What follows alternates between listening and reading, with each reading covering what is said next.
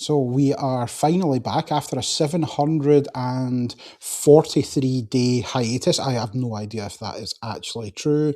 It could be, it couldn't be. So it is the Power Platform Podcast, season 77, because I like that number today. Was that Trent Alexander-Arnold's number? It might be, might not be. We'll figure that one out later. Which actually does bring me to the Liverpool geek who is joining me on this podcast. It isn't Ian, it is Malin today. She will be joining. This is what's the best way to describe this? Not a prototype. Yeah, fuck it, it's a prototype. It's an MVP of an MVP at this point. We're going to try something a little bit different. And although she doesn't have a well, no, she maybe does have that slight little beard like Ian. I am going to get sacked very soon for saying that one. But hello, Malin. Hello. Yes, you're going to kill me. What number was Trent? So what number was Trent Alexander then? Was he 77? No, what was it? I don't even remember. I have purged that from my mind at the time. Okay. So for people that don't know, Malin is a huge Liverpool fan, much to my disgust. But we're bringing the podcast back in the same sort of... to be the sensible one in this relationship, so I'm taking care of that with football and other things. Mm-hmm. Okay. So podcast is coming back, and we're going to do it in the same way. There will be lots of swearing, so we'll get the fucks and the shits out the way at the moment. That's already put us on 18 rating, so we're all good for that. But as I've always said on this, and when myself and Malin have been chatting about it, anybody can do a technical blog, or anyone can do one. Everyone does do them. So we want people to learn about the people behind the blogs, behind the videos, behind the community. So this is a dive into the people rather than the tech. Yes, there's always going to be some tech. We're always going to get talking about tech because we are tech-based people, we're community people, etc. But there will just be a lot of freeballing. We will just start the chats. We'll continue through everything. So yes, Malin, do you want to add anything to that? Trent Alexander-Arnold was number 66 at Liverpool. Okay, I was close enough. I mean, I know it was a double digits. In kid speak, you're 6, 7, close enough. Go and fuck off with that bullshit already. Yeah, so we're good. So far, we're getting it back into kids level, and I think that's about where most of our guests' heads are. About kids level, that fits both our first guest and the rest of the podcast crew. Are you doing like small people jokes just because Ian's not here? Because I don't want to get sacked from the podcast on the first run. Yes, let's go with Ian being the small person. Okay. Now we do have a mutual friend who calls small people McNuggets. Shout out to Ben Vollmer, rest in peace. May thoughts and prayers always be with him. But the person that we're actually going to speak to today, Ben is a poignant person. It was probably Ben that introduced me and potentially Malin as well to this person. I'm just going to invite him in a moment, but I've got lots of nicknames for him. So I have just picked up my phone, and we're going to start with now this person will be familiar with what we call the List of Jericho. So for Malin, she's already figured out this is a wrestling reference, and she's switched off totally to that. So I'm just going to go with the first name that I have on my list. No, I can't use that one. Wait there. Let's no. Right. So number 4 is quite a poignant one. So we've got Quad. Mm-hmm. So we're going to invite Quad on to say hello. So Quad, hello. How are you doing? What's going on, man? I'm dying right now. Like I have never laughed so hard. Like you guys are amazing.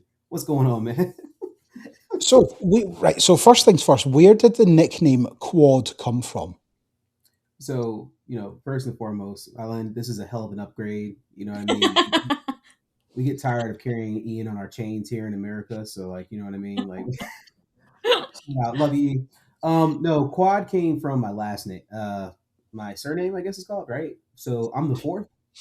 So, when I was telling, Ben knows that, and he said it one time to another guy, and then they just said, "We're gonna call you Quad." So literally, that name would show up in all the the Azure AD tenants we did for demos and everything. So customers would be like, "Who the hell is Quad?" Right? So instead of John Smith, you got Quad. So and then there you go. So they just stuck with it. So for anyone who did miss that, it is William McLendon the Fourth. We actually listened to a podcast called Crime and Sports and Small Town Murders. If you're a junior, a third, or a fourth, it means that you're going to end up in jail at some point. You're going to do some serious shit.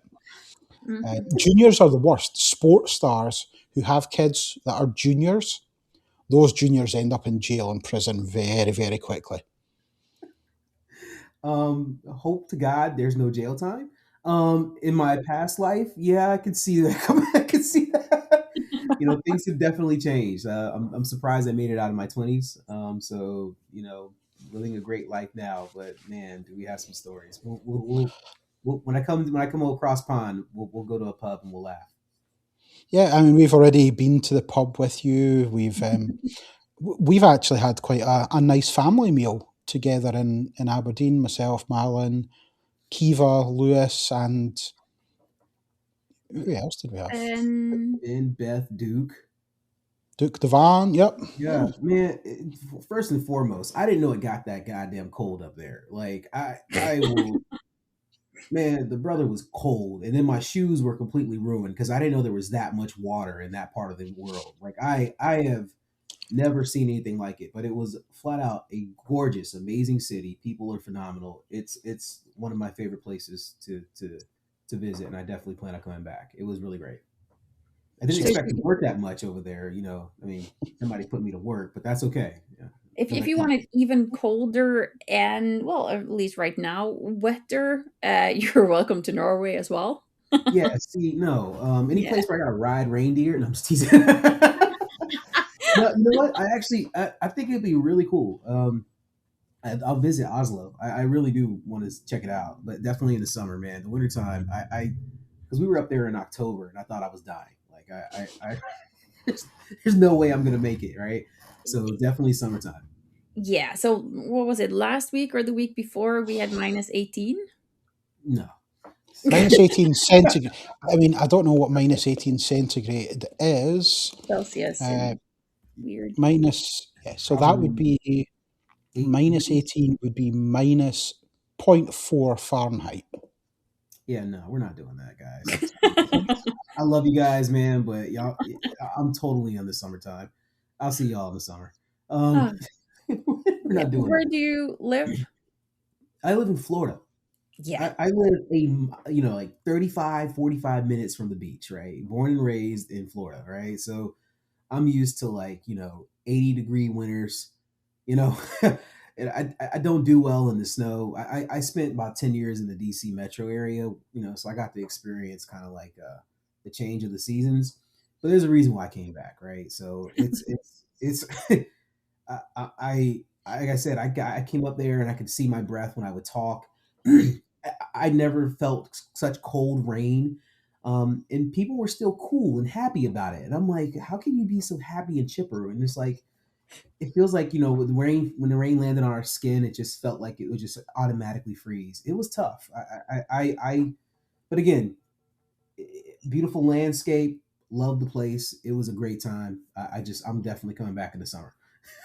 And we are only talking, just for anyone who isn't aware, we're only talking about Aberdeen. We're not talking about the fucking Arctic Circle or anything like that. We're literally talking about Aberdeen, which is mainland Scotland. It's not as if it's like the Arctic or Eskimos or polar bears. Don't even start with polar bears. I can see your face. Yeah, I'm showing up on that one. No, go for it. You can go for it. If you want to die in your sleep, you can go with that quote. Mark had a bit of a. Norway is quite big. It is a huge country. For those of you who don't know, it from all the way down south to Oslo and all the way up to it. It sneaks over Sweden, all the way over Finland, and even touches Russia. Like that's it is huge. One thing we do not have on the mainland Norway is polar bears. Not at all. Svalbard, which is an island way up north, like we're talking hours out of the mainland Norway, they have polar bears. So they technically do, right? Isn't it part of Norway? Correct. Yes, but Is mainland Norway does not have polar bears. is Svalbard part of Norway? Not the mainland Norway. No, But it's an island in Norway that technically. okay, so it's in Norway then, yes. Oh my god, So I am looking this up. I didn't even know that. Wow, that's the dumbest thing I ever said in my life. I didn't know it was part of Norway. Yeah. Oh my god. Yep. What? so technically there are polar bears in Norway. However, my problem was Malin is from a little island in the middle of nowhere that takes you hours to get from Norway. No, it From doesn't. mainland, yes, it does. No, it doesn't. It's even connected does. with a road. Sure. Someone has Mr. Geography in school. This You doesn't sound like an help my American. narrative. You sound like an American right now, Mark. I mean, like, Yes, you're messing up the 100%. I pissed Yeah, I'm myself gonna- laughing because his geography was just so off. It's like, yeah. But this story is not about how poorly Mark's geography knowledge is. We're gonna pay for that. It's about how Will's going to get killed by a polar bear. Great, fine. So I will never go that far up north, by the way. Like, Ellen, that was something new. Yep. Like, I just learned. I thought it was the coolest thing ever, right? I've always wanted to know what those were, and I didn't realize it was actually part of Norway. So cool, Yeah. appreciate that. Oh, don't worry, Trump's going to try and steal it soon anyway. Oh, Yeah, God. even he doesn't want it. Yo. So, Yeah. so let's kind of go back. Obviously, people, I've heard who you are now. They're like, yep, I recognize the name. I can picture the face. But for people that don't know you, we're going to go back. We're going to way back. It's almost like This Is Your Life, Will McLendon. Like, where did you grow up? Oh man, I grew up in Daytona Beach, Florida. Again, like a small beach town on the east coast of Florida, literally about 5 miles from from the Atlantic. So born and raised in Daytona Beach. Is that where the big racetrack is, the 500? Yep. That's Yep. about all I know about that. It's a tough little town, right? It has its place, not just history of racing, but like I want to say politically speaking, through segregation and integration. So my part of town was an interesting mix of individuals, and it's strictly dependent on tourism. There's nothing else in there other than tourism, and then you may have like some manufacturing companies like Sea Ray, which is down in Cocoa, but it's tourism and local labs. When Hawaiian Tropic was a big deal and that took off, right? There was a plant in Norman, which is not too far from where we grew up. But for such a small little town and such a crappy economy, you have to be innovative. You have to create a way to generate some income. On top of that, if you aren't smart enough to do that, you have to be an athlete. So we have some pretty cool athletes that came out of that little area. So one in particular who I'm really proud of, went to the same high school with him, not during the same time. I missed him by like 5, 6, 7 years. But Vince Carter, we went to the same high school. So I remember seeing him play as a young man. So that dates how old I am. But Yeah, I was going to say, did you play any sports in school? Because obviously American sports culture in schools, like if I look at like the Friday Night Lights, Texas school football, etc., that's what I think of America being. Did you play much sports as a kid? you're going to get me in so much trouble. So my father was, my dad is awesome, right? I had a really great father. We didn't always see eye to eye. So, the way I was brought up wasn't typical, a little bit tougher than most folks. And so because I naturally rebelled against him and I had a very, a very rebellious attitude, uh, he didn't want me around, or he wouldn't officially let me play any of those sports with those people. So I wasn't going to go out and go to practices. He'd rather me dedicate myself to education or some other endeavors. So um, I still played with the practice squads. I still played with the teams during practice. I just didn't officially sign up. It was kind of funny. The coaches would be like, "So you're gonna go?" I'm like, "Nah, man. Like, I ain't crazy. Like, I'll rebel against my father, but I ain't gonna flat out tell the man I'm playing. Like, I'm not trying to die." So so, uh, he was. I'm thankful because fortunately I was never hurt, and he kind of showed me a way to be better with my mind. So love my father for that, but I'm a huge football fan. I would say more basketball than football, but definitely, So hence the Vince Carter love. That's fair. definitely, man. I love basketball, man. Like I it sucks getting old, man, but man, I love basketball. The game is interesting now, but I am a 80s, 90s, 70s, 80s, 90s, early 2000s basketball fan. Like I mean, it's still good now, but it's just different. But I love basketball. Absolutely. We actually put something on last week? Shaq is now head of Reebok. See?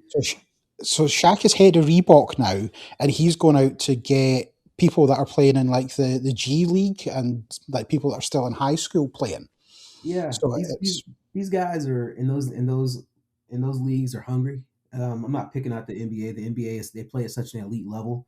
It's the only sport where the guy on the bench, he may not get 0 minutes, but if you think you're better than him, you're crazy. This guy could probably jump over your head and reverse windmill. Like he'll outdo you.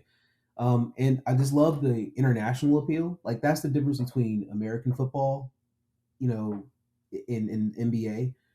NBA, like you look at the global appeal. I mean, you got a guy from Eastern Europe, out there just crushing it with Luca, right? And then you got the Joker just doing things that he's that large, doing things that none of us have never seen, man. I mean, it's great. Like I love the international appeal. And then you had Yao from China. Like I mean, it's great, man. I love it. It's a language. It's our version of soccer. I know you guys hate things like that, but it's well, international. Like I mean, we've been to the basketball, so we fought. Well, Proximo sponsor a basketball team, and we've been. I think we've only been once or twice, though, have we not, to Glasgow? So, yeah, but we've also we were at the college basketball at the Climate Pledge Arena in Seattle. oh man, Yep. That was, It wasn't the Final Four; it was the Sweet 16, wasn't it? yeah, yeah, and it's just like force Norwegian. Like I love sports, kind of any kinds of sports. Looking at sports right now, it's the handball World Cup for men. So that's in like arena in Norway and a couple of other countries. And yeah, it's crowded, it's full of people, but it's nothing like American sports, which is like freaking insane. Like the amount of people who come out to watch is like this is college yeah, basketball. These people are yeah, still these kids are still yeah, in school. Like what yeah, the, yeah. and there's like thousands upon thousands of people there, and you're like, how, what? The crazy thing is now they're getting paid to play, and Yeah. I've always Yeah, thought they should get some kind of compensation. I yeah. have a bad joke. I'll probably say it on another day, probably not on this podcast, but like they made so much money off these kids. Like I Mm. mean, I've seen plays, and it just blows my mind because we as Americans love these sports. Um, and it's funny. I never seen anything else like it until I went to a soccer game in Brazil, and like Mm. that's when I was like, for me, that's when I also understood like just how serious soccer was. Like, no offense, y'all are gonna kill me. I know I'm gonna have some fans that hate me for this, and I know I'm gonna get in so much trouble, so I apologize in advance. But I tried to get into soccer, way before 2010, and I'm like, man, I couldn't. I was like, I don't understand why David Beckham is such a big deal. Like, he was kind of corny to me. And like, okay, I get it, he's hot, but like, what's the big deal? So And just before you go I'm on, gonna get in trouble. I'm pleading ignorance. I thought that I thought that it was kind of boring. I didn't know about Barcelona. I didn't know about Real Madrid. I'm going to get killed for this. I know I'm going to get punched in the face. I am so. I'm just saying I wasn't at a certain level. And then I went to Brazil and I saw a soccer match. I felt the passion. And then I started watching, La Liga a little bit. And then, I try to stay awake when Manchester plays. Um, She's good anyway.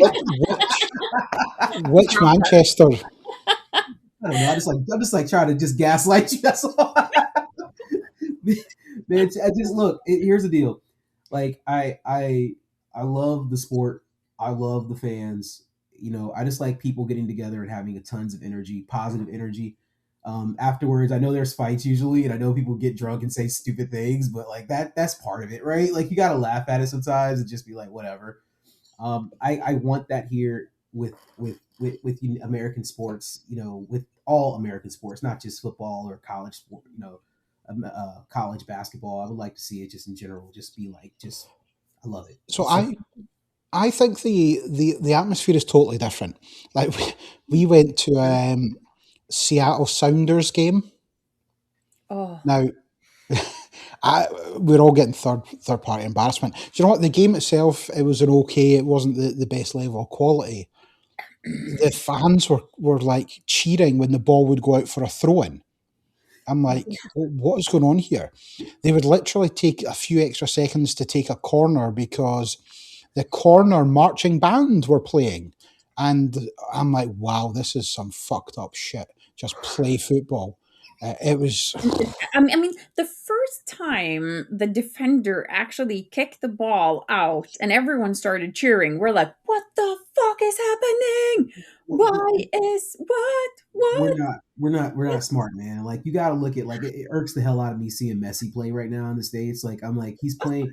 That's like, okay, so look, I'll start playing basketball again, right? And when I'm playing, they're like, man, my son's like, you look so good. I'm like, son, these are 15-year-olds. I'm a large man. I could knock them around. I'm throwing the ball behind the back. It's because I'm reading and I understand the game at a level that a 15-year-old can't get there yet. And so, they're celebrating how phenomenal, this guy is, Messi. And I'm like, he was at such a high level. Hmm. Just so on record here, guys. Start another controversy just here. Um, the Ronaldo versus Messi controversy. I'm team Ronaldo on this one. So like, we're gonna have I know that's gonna piss some people off because they hate his personality. I get it. I may not have the greatest personality, but you gotta love the way the man plays the game. I still think the World Cup was rigged. I think they gave it to Messi. There's no way in hell Ronaldo sits out. You don't sit down the GOAT. Portugal threw that in there. They called the man a favor. I don't want to hear it. I'm throwing in my conspiracy theories. I am. I should hate Cristiano Ronaldo because he played for Man United twice, but Right. I'm all team Ronaldo as well. I've never really watched much football outside of Scotland and England, so I've never really watched Messi play Barcelona and things like that. So You didn't Well, miss I, much. I, He had I'm, some. I've been to Bilbao and watched Atletico Bilbao play against Barcelona, and we were in the Bilbao stand, part of the stand, and I speak enough Spanish and I know all the swear words that I understood the woman behind me. She could probably be like the grandmother of some of the players.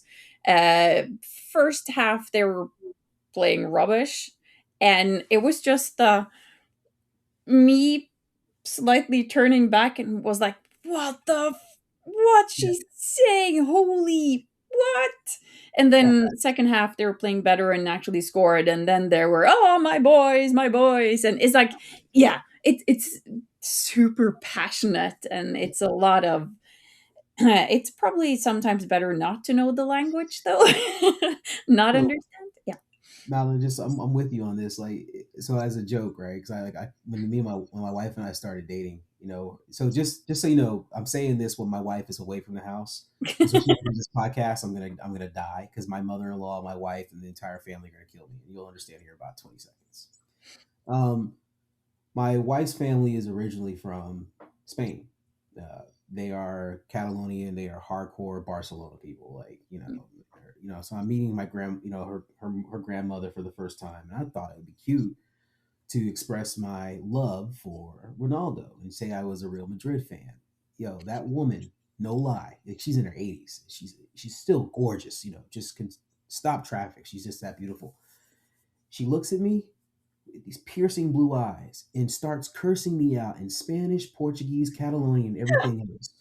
All because I was smiling. I thought I was being funny, but it was real. Like, she was like, I'm not going to give you my blessing. Nuria, you could do better. This guy's a jackass. And I was like, hey, I'm just joking. I love you. And just, and so, she was like, okay, but that's not funny. Right? So, I guess it's real, man. Like my wife will cuss me out because she's Barcelona all the way every day. I love Neymar. Well, I loved Neymar when he was on Barcelona. I got some questions with the way he's playing now. But I'm a Yamal fan. I love the way he plays. So got to give credits to him. So Yeah. I give it a 4. And it's kind of, for some people, it's more than a passion. It's like a life choice, which is kind of a good segue into technology. Because for some people, and everyone on this podcast at least, the technology isn't just something we do for work. It's a passion. It's our hobby. How did you stumble into that world? All right, so here's the fun part of that story when I was talking about my father, his decision to make me stay in books. So in my family, there was I'm gonna go ahead and say it's my uncle. He was a technical guru before it was a thing. The man was developing before, he was that guy. He did a lot for the local electrical system here in Florida. And he would have computers just in his room, like his workshop. And, there was a little fat kid that would come into his uncle's office to steal the vanilla wafers. And, he would literally be slamming on a keyboard and writing and destroying his code and pulling stuff out of motherboards and shit just because, he just thought it was, he looked cool. And so, he had to fix that stuff. And so that's actually how I got started. And then naturally I had I started at like 10 years old. I'm not lying, writing basic A. And so I was a nerd. I still did my things, but I loved technology. So I didn't know that. I was a closet nerd. And so Pops was like, my dad literally looked at me. He was like, there's no way in hell you're going to do sports. You got a better chance of making something with your mind like your uncle did. So that's why he focused it. And so I started in technology before I was even in high school. And then when I got to high school, I got lucky enough to be selected for an academy with Cisco networking. So I got my CCNA when I could legally do it at 18. So I had to wait to take the damn test. And then a good friend of mine, Frank Diaz. So I'll call him out because he'll be on the podcast. We were actually like hanging out on the beach. This is right after we graduated. Frank was like, "Hey man, so where are you gonna go for school?" And I had some scholarships, but I didn't want to leave yet. I was like, "I'm cool, man. Why would I leave the beach, right? Just stupid kid decisions." I was like, "I don't know, man. I don't want to go to school. Why do I need to go to school? What's school gonna teach me?" And Frank said, "Cut that shit out," verbatim, and he drove me to the community college, and made me sign up. So shout out to Frank, man, because you did help out. You did help me out. So started at the community college, which is basically the 13th grade, and got some certifications, and left out to DC. But I started, I always had somebody to kind of yell at me and tell me this is where you go. I actually gave up in my 20s and became a firefighter, and then ran back to IT because I just the fire departments back then were like, hey, they weren't really receptive to Black people. I'll go ahead and say it. And I'm not Jackie Robinson. So I didn't have the emotional intelligence to play the long-term game and to be good. I was more of still a firecracker. So, can't go in a fire with a guy after you just knocked him out, right? You can't, right? So Uh, so it's not a good look, right? Like, I didn't have that in me. So anyway, my fire chief was from Baltimore, and he was like, "Yo, Will, get the hell out of Florida." This is exactly what he told me to do. Get the hell out of Florida. Go up to the Northeast. You'll do very well for yourself, and people know how to act. So not knocking my Floridians, but real talk, when it comes to business, they got a way of doing things up there. So it was good for a young man. That's where it all started. It's also good to get out. If you've been at the same place your entire life, it's also Yeah. good to get out and see the world and see things differently in a different way. Yeah, it was the cultural diversity that was in that DC metro area. Like honestly, it changed my entire outlook in life. Up until then, all I knew was a couple of white people and a couple of Spanish people. I didn't know nothing. Like I didn't know nothing else, right? It was just it was what it was. And you see, you got folks from Asia, you see folks from India, you meet people from Europe, and you're rubbing elbows with them, and you kind of appreciate cultures. It was a hell of fun for a kid. You know what I mean? Like it was something that I would never take out of my life. I will always appreciate my time up there. So do you think that's what actually matured you slightly then? Yeah, and I look back. I honestly think that's probably what my fire chief was probably saying. Like I was gonna wind up knocking one of those guys out, or just I was gonna end up getting fired because, I honestly, they were doing stuff and egging me on, and I was yelling at my union chief, because he was an idiot. He was a wimp, and if he ever listens, I don't care. But these guys weren't necessarily mature. They were all Bros. they were bros, and they were kind of mad. Macho bro. They were saying the typical silly American stuff you got here as a diversity hire, and I had higher test scores than all these jackasses, so I busted my ass, right? So that's the whole diversity thing kind of irks the hell out of me, because I'm like, you can't diversify getting a goddamn test right, so cut that shit out. I hope you don't edit that, but Yeah. you can't diversify killing and crushing a test, right? So cut that shit out, right?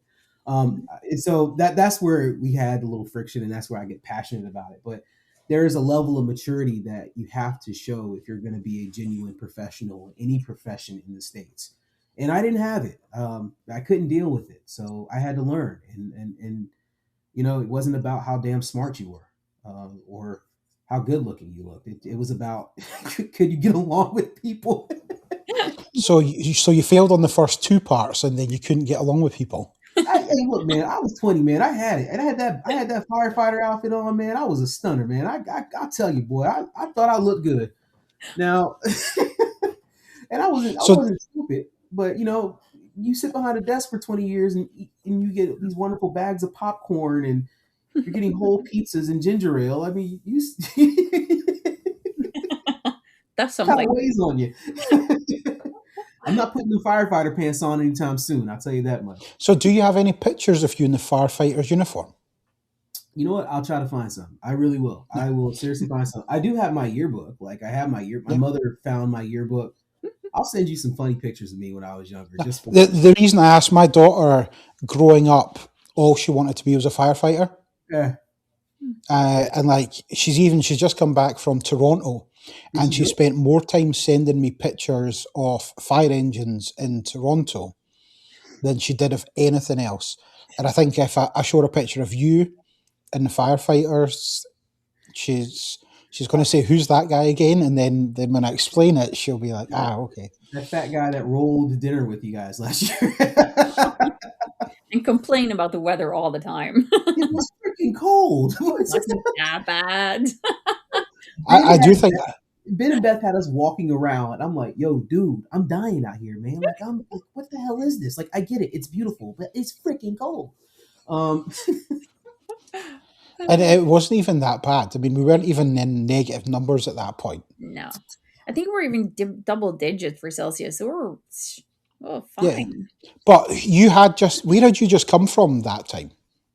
I had came from San Antonio. So Texas. Yeah. So I was in San Antonio, but it's a similar climate to Florida. I flew from San Antonio from the UG conference, flew out to LA for about a day, and then I flew out to Scott to. No. You didn't fly to Scotland, did you? Will? Where did you fly to? Where did you fly to, Where did Will? you fly to? No, it was London Heathrow, right? Because like here's the deal. I caught it was a leg. I flew to Heathrow, and then they were supposed to fly me up to Aberdeen, and then like it blew my mind. And I'm sorry, maybe it's just ignorant stupidity. My folks across the pond. I'm sorry. You can yell at me and ping me later. Freaking Heathrow shuts down for some goddamn fog, but Gatwick is still flying and operating like it's not like there's nothing wrong. And I'm like, aren't the airports like they're aren't they almost right next to each other? Like, what the hell is this? And they're sending me alerts like, oh, it's okay, we'll fly you out in 2 days. I'm like, 2 days? Like, what is this? But it was a blessing because here's the cool part: I had never taken a train that far north before in my life, and it is the most beautiful countryside I've ever seen. I second to Alaska. I'm sorry, but it is gorgeous, absolutely gorgeous. The reason why I say Alaska is because you go through hills and you got changing of the leaves, and you can see Mount McKinley or Denali, whatever you guys want to call it now, in the distance. It's something to behold. But I'm talking about gorgeous countryside. And your people knew how to act right on the train. So shout out to those folks over there. No, we just act normal. Yeah, like I mean, your kids aren't running around throwing popcorn at people. Like the Wi-Fi actually works. People are actually polite, and I was like, I can kind of get used to this, man. Now I get it. Okay, all right. And then I know I sound like a fool because I have the American accent. So, um, Everyone knew who you were. Like, oh, there's an American. We can hear him. yeah. There's that terrible American. Maybe he doesn't. I thought I did well though. I thought I kind of held my own against it. I started a couple of good conversations. Um, they were nice. They were nice. I loved it. Loved it. So that was when you came to Scotland to speak at Scottish Summit.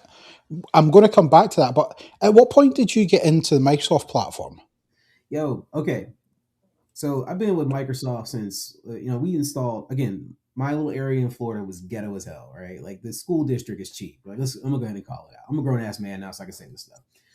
So instead of hiring people to install Windows NT and install these damn servers, they had kids do it. Like so it was child labor. And so if other than Frank, myself, and Ryan Masfeller, like there were some other people that weren't that great, but there were some really good. We installed that stuff. So we installed their routers, their switches, and the servers. So I've been working with Microsoft since that day. Um, and started working with Exchange, and was kind of like a sysadmin. So Linux, Cisco, Microsoft. Always loved what Microsoft it did because the GUI was legit. Love Linux because the command line actually, I don't know, worked. So you know it was until 2000 in I'm gonna say 2006, man, and I'm gonna get yelled at by this, man. Ben says to me, and I quote, 2006 DC. Ben Vollmer goes, "Hey, man," and I know he's gonna get mad at this, but look, this is my version of the story. We're sitting in Starbucks in Gaithersburg, Maryland, and I'm like, "Hey, what the hell do you do, man? Like, you make a lot of money, right?" And he goes, he goes, "Oh, I do business solutions, and I work with Dynamics, CRM, blah blah blah blah blah." And I go, "Hey, man, you think I can do that one day?" "No, you're not how to talk to customers." That's what he said. I swear to God, he says that. And he says, now he'll tell you guys when you. I want you to keep this in the podcast, and I want this out there now. He's gonna tell y'all he didn't say that. I'm telling you right now, just as sure as my shirt is red. This man looked me dead in my eyes and told me no. I was like, all right, cool. I'm just gonna stick with what I'm doing right here. Then 2 years later, he says, "Oh, you should get into business apps." And I'm like, the same thing you just told me I couldn't do. Like, why the hell would I do that? Right? Like, I'm like, so 2006, he told me no. 2008, he said do it. I didn't listen to this man until like honestly, 2014. I installed the Kappa system, or 2013, I installed the Kappa system, that empirical, and that's when I got into the space. Frank at ProSoft gave me like a trial, like educational session. So I sat there for like a week and went through a boot camp, which was dope. But I still didn't grasp how amazing it freaking was, and I started building like my little. Um, I look now, but they're little miniature apps, right? So I'm adding things in the sitemap and like making my own tables and like just, I didn't understand everything I was doing, but that's what I was doing. And I put it, installed it, and it worked, and it saved our company a shit fuck ton of money. So it was great. I used Ben's licensing, so I don't care. So, he'll tell you, he told me 10 years. It took 10 years for me to listen, but I swear to God, that sucker told me no, and I'll stand by that. No, he did say that. I have got confirmation that in 2006 in Starbucks, he said no, you couldn't speak to customers, and in January 2026, you still cannot speak to customers. Oh, I hate him so much. You know what? You know what? That's an offline conversation. How about that? Because that rascal knows good and well what he told me. So I But got into do my. you think that was to, lack of other words, put a fire under your ass? So he would say, "No, you can't do that." So you would go, "Well, fuck you! I'm gonna show you I can do it." Well, yeah, that's kind of I was like, well, so You're here's the thing. didn't Ben is a get it. I'm gonna get a little emotional here. Ben is a big brother, right? Like and I'm little brother, right? And it when Big Brother tells you no, little brother's gonna be like, you're a dumbass. I'm gonna do it anyway, right? And Mhm. that's generally how it works. But in this situation, I was like, man, I actually at one point looked up to him in that area. I'm gonna say one point because I'm gonna pretend like I don't now. But I was like, man, this guy told me I couldn't do it, so I'm not gonna do it, man. This space is so like you guys when you're looking from the outside in, when you're looking from like a system admin or you're just a network engineer and you're seeing what these consultants and these architects are doing, you're like, because it's so abstract from our point of view, it's like this abstract ball of whatever the hell the business is saying. We don't even understand how to translate what the business is saying. We're thinking plugging wires and configurations. You know, it's hard for us to understand. We're like, I'm like, no, I can't do what this guy or what you guys would ever do.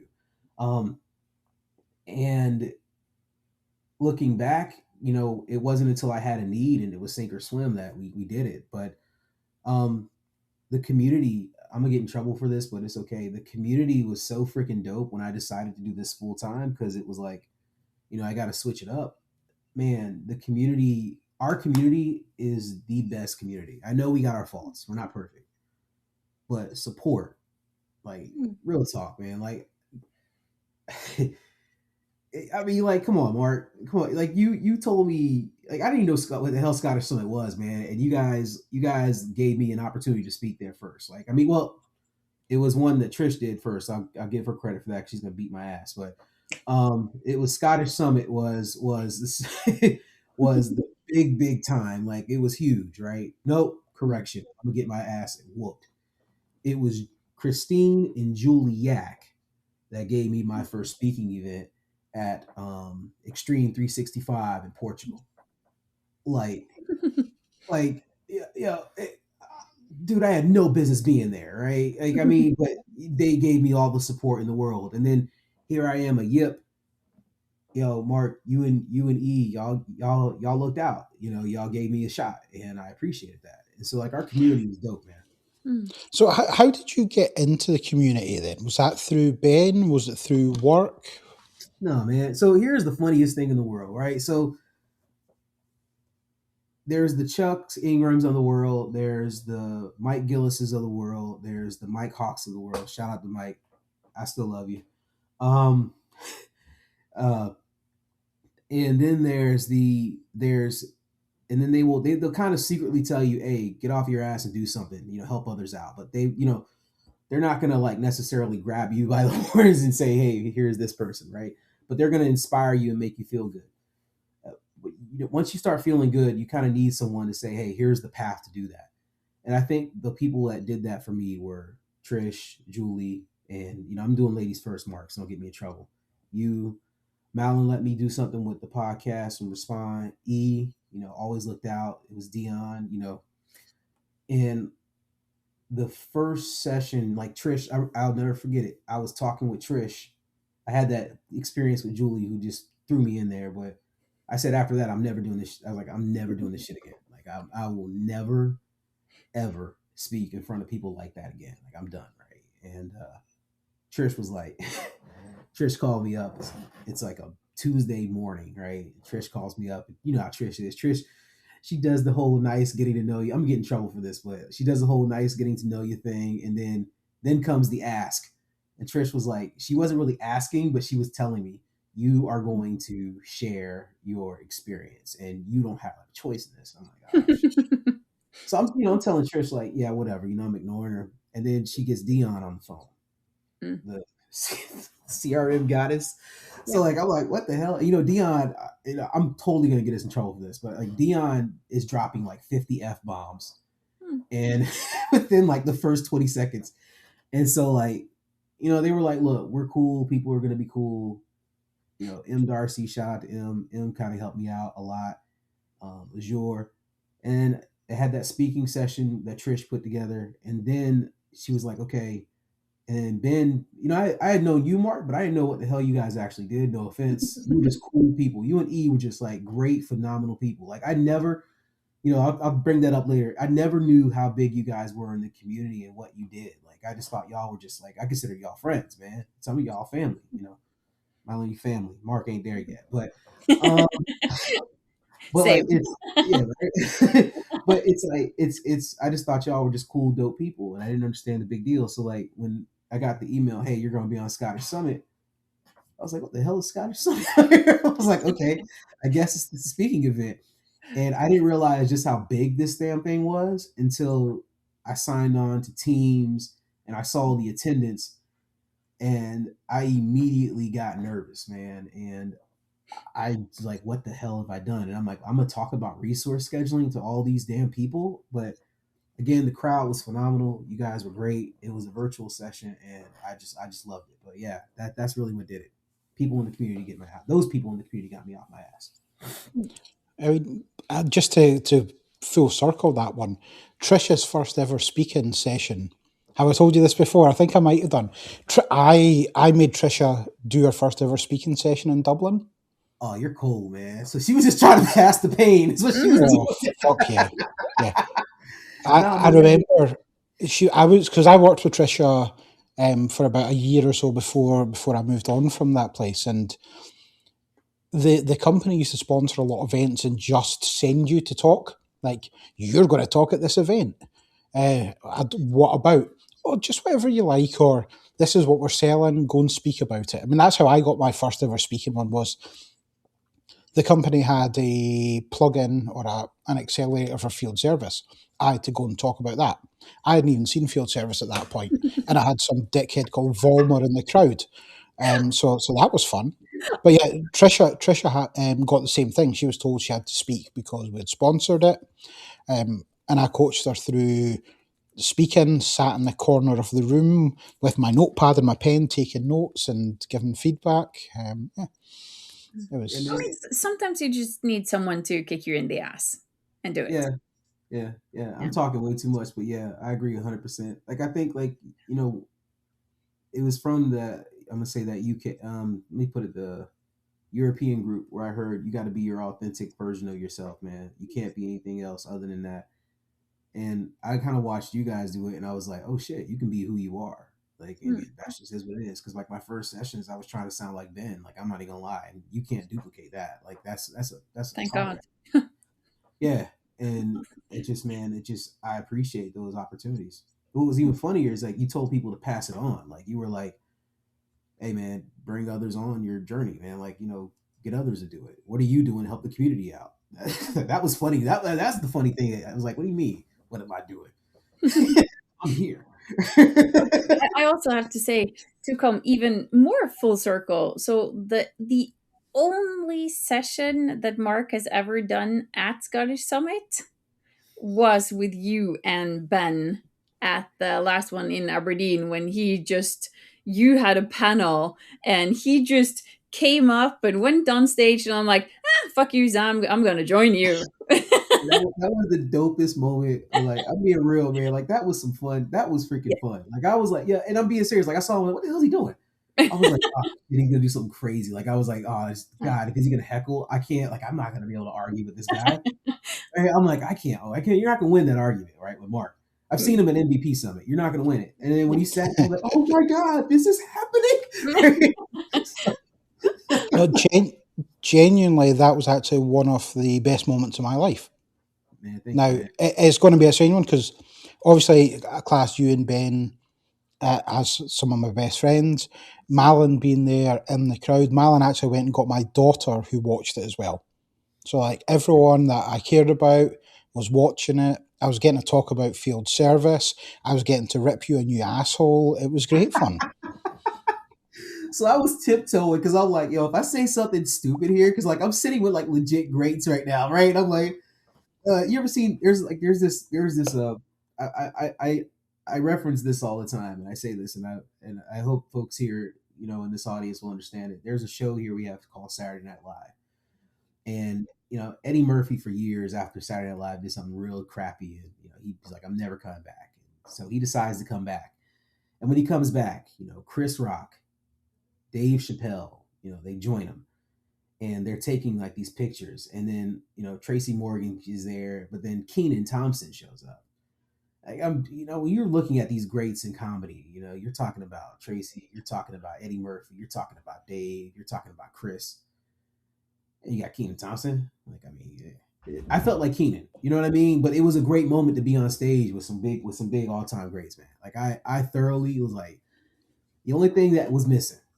You know what I mean? You got to have Giddy up there. You got to get E to come up there. Like, that would have been it, man. That would have been fun. I mean, we could have just had Keenan and Kel and some orange soda and we'd been all sorted. Is it true? Is it true? That was one of my favourite Nickelodeon shows growing up. And I didn't realise until after I had seen that show that how famous he actually was from Saturday Night Live before Nickelodeon. I'm giving him his flowers. Like, I'm not taking anything away from him. Oh, you just buried him. You literally said he is shit. He is. I'm talking all-time comedy greats, like on the stage. Like, that's like me walking up in a picture of Michael Jordan and Scottie Pippen. Like, there's no way in hell. Like, what the hell am I taking a picture with these guys for, right? Like, that's just, that ain't happening. But I think that's also some of the feeling everyone has in the community. It's like, oh, all these people are so freaking superstars. What am I doing here? Why am I talking here? Like, I have no, what's happening? Like, my first presentation out of Norway was at what's it called, the CRMUG, the one that's after Extreme, or used to be, in Amsterdam. And I had a session on HR with no one. Didn't think anyone was gonna be in the audience, and there was 5 people from the product team in the audience. Are you serious? Thankfully, I did not know about who they were, until after, because I had a meeting with them. I thought I was having a meeting with one salesperson, and it's like, oh yeah, I'm the manager of all of talent, and oh, I'm the sales responsible global, and I'm the marketing, and I'm the lead developer, and I'm like, holy shit, what's happening? So yeah, that's probably, and I'm so glad I didn't know who they were until after, because I would have run away. Like, it's just, yeah, bad. Yeah, it's a real thing, man. But like, there's dope people in the community. Like I'm saying, you, Mark, and even some big timers at Microsoft, man. I'm not gonna mess up and say their names here because I don't want to, I know how they are. But like, they were kind enough to come to sessions and you don't even know them. Like, they're doing these things, man, and you're just like, dude, you do what? Like, I'll pick on this guy for 5 seconds. Yeah, so Ryan Cunningham, like I've been knowing Ryan for about 5, 6 years. I didn't know he was who the hell he was, man. Even at MVP Summit, this is the fun part. MVP Summit, I go up to him and I'm like, yo, dude, I didn't know who he was until like last year. Just throwing this out here. So I know, right? And so like I go to him, I'm like, yo, dude, why do they got you speak at this thing so goddamn much? Like, what the hell do you do all day? Like, what are you doing, right? And I'm saying this, you know how he is, man. He's just a cool, laughy kind of guy. And I look him up on LinkedIn and I'm like, oh shit. I'm sorry, sir. Like, I didn't know. Like, I was like, yo, oh man. And now it gets like all awkward and whatnot. But like, there are some really cool heavy hitters who will never tell you who the hell they are. they'll come and they'll be dope. Like I mean, it just It's just a big bunch of nerds. Like yeah, the entire community, it's just a big group of nerds who love what they do and want to share the passion. So it's just passionate people who happens to be nerds. And yeah, It's yeah. like that one that you talked about, the CRM UG. The day before you spoke at that one, I was on stage as well. That was a very strange one. So I'm going to bring a name for you, Will, and you're going to find this interesting. So I done a Microsoft panel. Now this was my third ever speaking session, right? Third speaking session ever. I'm on a panel with what's the head of developer guy, the guy with the beard and the glasses, Mike Barber, Mm. Matt Barber. Matt oh, Right. Barber. Mm. So he's a I've good got fellow. Yeah, he's a big guy. Yeah, yeah, yeah. I know what you're so talking. I've got Matt Barber, Yeah, I've got Ben Vollmer, yeah. and I have Carissa Allen. So Carissa, Mm. like, and I adore Carissa. Carissa is awesome. At That's that what point, she was like head of sales or something yeah, within field yeah, service, and we yeah. were talking about field service and ISV opportunities. And like at that point, I'm like, this guy is Mr. CRM 1.22345. Yeah. Ben, who was like the field service guru, He's and just Ben's Carissa, not a guru. who He's just old as hell. yeah, true. And then Carissa, who like I had watched Carissa that day, and every single person like literally came up and bowed down and praised her. And I'm like, and I'm on the stage. Yeah, Like I do not fit in here in the slightest. yeah. It's like No, it's it a was humbling ridiculous. feeling, man. Like I mean, we deal with it. Like, and I'll, I'm gonna give credit to somebody here. Shout out to Mike Gillis on this one. I'm not kissing ass. I'm just keeping it real because I think with you guys, I normally take a tone in most podcasts, but I'm just being, I can't be, I can't be nothing but Will right in this one. Yeah, Corporate Will McLendon the fourth. this ain't corporate Will. This is Doesn't like work this. here.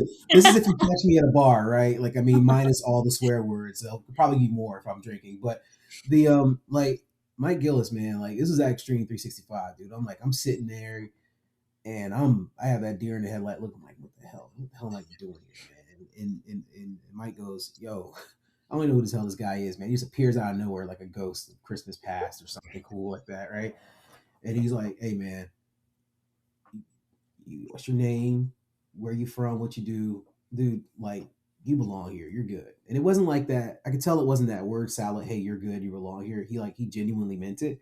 And I stayed in touch with him. But like, between him, Chuck, and Mike, they were kind of reassuring. But you still, even though you have that, you may feel inadequate at sometimes when you're with some of these like big time folks. Once you realize who the hell they are, like hell, I mean, I would still get nervous. I was on stage, with you guys, man. Oh yeah.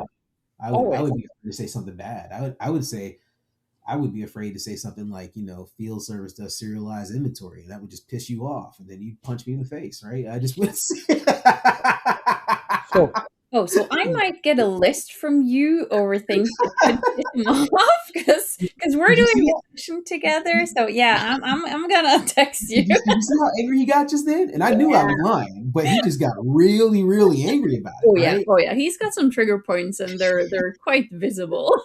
But here's the thing: you let Marcio tell it. Marcio the cat. I'm calling you out. It'll do serialized inventory, right? Like, so we'll start a controversy on this one. Oh man! Shout out to Marcio. Love you, baby. so we actually done an interesting session just before, like talking about stage fright and being around people. We done a session in Oslo last month. Yes, with my 9-year-old son. Oh, baby boy got up there. Yeah, How did he do? I mean, I've created a clone that is packaged in his father's look. So he has zero problem going on stage talking. I mean, our first language is Norwegian. Like Yeah. the boy goes on stage and talks about himself and gets requirement from the audience in English and has absolutely no problem with it at all. And I mean, he is 9. Yo, that's crazy. Like, I gotta ask a question. I'm gonna throw this out there to y'all. Like, especially you're a mom, right? Mark, you're a dad. I'm a dad. And my kids are at this point where I'm like, I'm looking at like what they want to do for a career. What are your thoughts on getting your children to do what we kind of do for a living? Because like honestly, I know they're like AI is taking our jobs. Like we know the reality. It's not right. No. It ain't going. So, Okay, so like, what would so you feel like that your kids would I'm go? going to answer this one first because my kids are a bit older and at working age. Um, Yeah, my oldest has not really found a job that he likes. He's at college again now doing audio tech, but about a year ago, he was like, I don't know what to do. I actually suggested that he sits with me for a few days. I teach him Power Platform and get him working with me. So yeah. I have no problems. We're all here. It's a very lucrative industry. There's a lot of work. There's a lot of unique projects. I wouldn't have any problems bringing somebody into to work. I don't know about the community because the community is We're an gonna change that, interesting brother. place. There's certain aspects of the community that are absolutely fantastic, but there are also certain aspects, today in point as well, that are very toxic. So So we gotta change that, brother. Like I love. I'm gonna. th- I want. there's I only want you so to know that much we you gotta change that. We can can do. change that. We can change that. Oh yeah, it's difficult because no matter how you set your stall out, how you encourage people, how you try to help people encourage others and bring more people into it, it's like anything. 1 in 100 people are just going to be rotten eggs. You can't, and they just gravitate to each other. So for the 99 people that are fantastic, there are a couple that might not be. And again, it's just about how you help them help themselves. Yeah, I mean, there's gonna be dumb people. Like, I mean, that's not gonna ever go away. But like, I think like for the better. Like, if you look at, and actually, I'm sorry, Malin, I want to hear what you got to say. But like, honestly, Mark, I think we're gonna. I think it can change for the positive, man. I really do. I feel in my heart and my gut, and I think like when I look at the facts, you know, in the last 5 years, the quality of individuals who have come to the community, and I say quality for a reason, not the quantity, because there's a lot, but the quality of heavy hitters. I mean, I think it's just, I think it's just a matter of time. And I think Um, also when you just have people like there's a lot of talk of, oh, there's so few women in the community and there's all a bunch of guys and it's like a boys club and everything. And I for me, I've never really felt that. I've never felt excluded anywhere.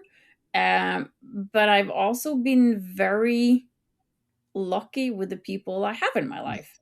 Like yeah, I've found it's thanks to good guys like you that makes it easier for anyone to come into the I know, right? community. And it's just it makes it easier for everyone. Uh, Assholes are there Yeah. anywhere. It doesn't really matter.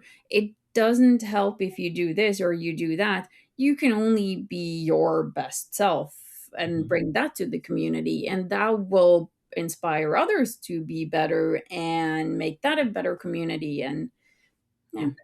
So, as a mother, would you want your son doing what you do? Like, would you be okay oh with yeah, that? Would you be yeah. comfortable with him doing it? Yeah, Okay. yeah. I mean, he's already said he's gonna start in my company when he grows up. So I'm like, yeah, you're not gonna freeload on me. You're gonna go out Right. there and have another boss who can manage you Right. for a while. So I'm not gonna do it. Yeah. But absolutely, and I think he would be. I mean, he has decided he's going to be a football player, professional. So that's. But after his career as a football player, he can come back to tech and do that. But he's like, yeah, I see this as a good place for anyone, and there's a lot of common sense in technology. Yeah. Like, just use your head and don't be afraid of it. Yeah. uh of course Microsoft does some dumb shit at times, and some of the features are like, what on earth have they been drinking? So, Malin, just hold on. Remember where Will works now. Well, now works Oh, for the we're gonna get to that. That's oh, I mean, You don't have oh, to. As a matter of fact, don't even edit that out. Like, honestly, you have to give. They know you have to give feedback, right? Like, they love that, man. Like, they got to give feedback. So, like, I get the the feeling sometimes that features don't make sense. I get that. yeah, and I mean, it might have made sense at the time, Right. and there might have been a bigger thought behind it, and then it might also have been completely forgotten, and the people who were Mhm. working on it left the company, and then I have had some features that I've talked to the product team, and they've been like, "What? We have what?" Like, yeah, it's if you go there and there, they're like, "Oh, I haven't seen this before." Huh. Yeah. And then a couple months go by, and it's like, "Oh, it's deprecated now." Okay, yeah, good. But why? Yeah. Oh, it was a yeah reasons. But talking about where almost said stupid things. But, well, no. Did you ever think growing up you would be working for Microsoft? Man, honestly, nah, that's a hell no. Like I was shocked. I've never said this on any public forum, but I was shocked that I made it to 13. Like I, if ever my public like school records or things like that were ever published, like I was an idiot. I'm not saying intelligent, but I said, did, and was not the, I had my way. And most of us coming from Daytona Beach, like I'm not. I'll be the first one. I'm not no thug. I never sold drugs. I'm not that guy, right? But I am a man, and I've always felt like I was a man when I first came out the womb. So I didn't deal well with a lot of authority, and so um, I never dreamed in my wildest dream that a dumb kid, and you'll hear me say this, a dumb kid from Daytona Beach, Florida, whatever, land at Microsoft. And whether I'm here for a couple of months to a year or two, it's been a great damn journey, and I'm thankful to having this opportunity. Um, Extremely thankful. I mean, it's I used to steal Ben's badge, like I mean not Microsoft badge, but like his badge to get to conferences, man, and to like get like invitations to speak at conferences or get pulled into it or sitting on these committees now. Like it blows my mind. Like I was able to give somebody a free pass like one time, like, and I was like, you want to come, dude? Bet, come on. Like you're new. You're new to the community. Who cares? Like I mean, I gave somebody my badge one time. I'm not going to say that person's name, but it was like, you know. It was just like, hey, here you go, man. Just take it, right? You know what I mean? Nobody's gonna ask you. That same thing Ben said. Nobody cares. Just go, right? But like, it's been it's great. It's a great place to work. Um, Microsoft, from a partner's perspective, we have a kind of a channel to communicate. Even as MVPs, we have a channel to communicate with the product group. Um, Being on the inside, I see why things are the way they are. Microsoft is huge. Hmm. It's huge. Like I, it, it's like the universe, man. It's huge where it starts and where it ends. Like you just and it's if you don't have that network, it's really hard to get lost. I mean, it's really easy to get lost. So, Hmm. So you what's your guys, title now? I'm just a biz apps, an AI biz apps solution specialist. So, I work So you've primarily. got one of those made up job titles then. You ain't getting me fired. I work No in one the knows what you do. You're just there. right. No, it's pre-sales. You remember the old role TSPs? Yep. So Yep. I'm a Yes. TSP. And my specific industry is state, local government, and education. So I stick with the education side right now. So you're So back to almost where you started, schools and craziest thing in child the world. labor. Yeah. Except it's not free labor now, right? Yeah. Like so it's the craziest thing in the world, right? I look back and I laugh and I hear some of the technologies and some of their trials that they kind of go through. And I'm like, yeah, no, I've been there. Mhm.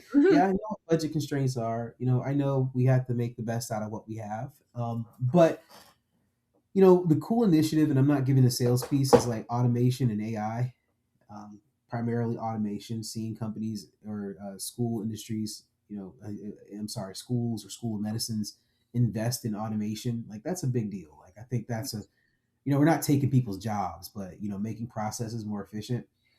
like I think it's a good space, and so much so, and I'm gonna stand off. I'm gonna switch subject and come back. So much so that before I started working at Microsoft, my son will tell you, my son and my daughter will both tell you, when they would say, "Hey, we want to do what you do," I would tell them, "Hell no, like there's no way," because I'm like, first and foremost for my daughter, like some of the guys that pull the crap that they pull, like at some conferences, like with my daughter, I'm gonna catch a charge, right?